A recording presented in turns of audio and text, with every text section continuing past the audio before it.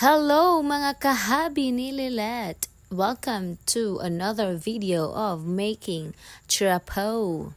Every thread tells a story. Gawang kamay, gawang puso. Kani nga trapo guys, kinasing-kasing gini nga paghimo kay as you can see there, nakapalit ko sa online, mao na gyud ni siya ang sukod sa doormat. And dako-dako gid ay siya no nga frame nga hulmaan sa trapo. So ano siya, it takes of course more patience, pero based on my experience, ang very challenging lang gyud nga part sa pagbuhat og trapo is kanang pagkat-cut og mga tela.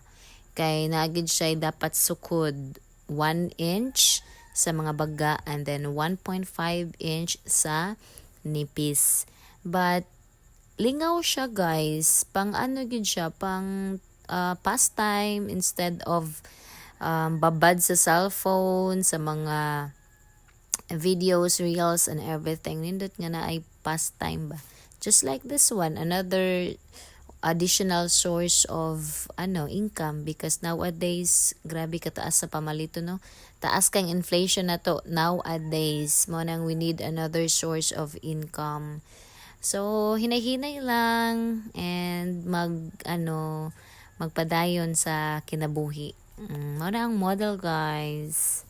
Muna ang trapo. Nindot man siya no? As in, appreciate yun ako siya. Gwapa kay model.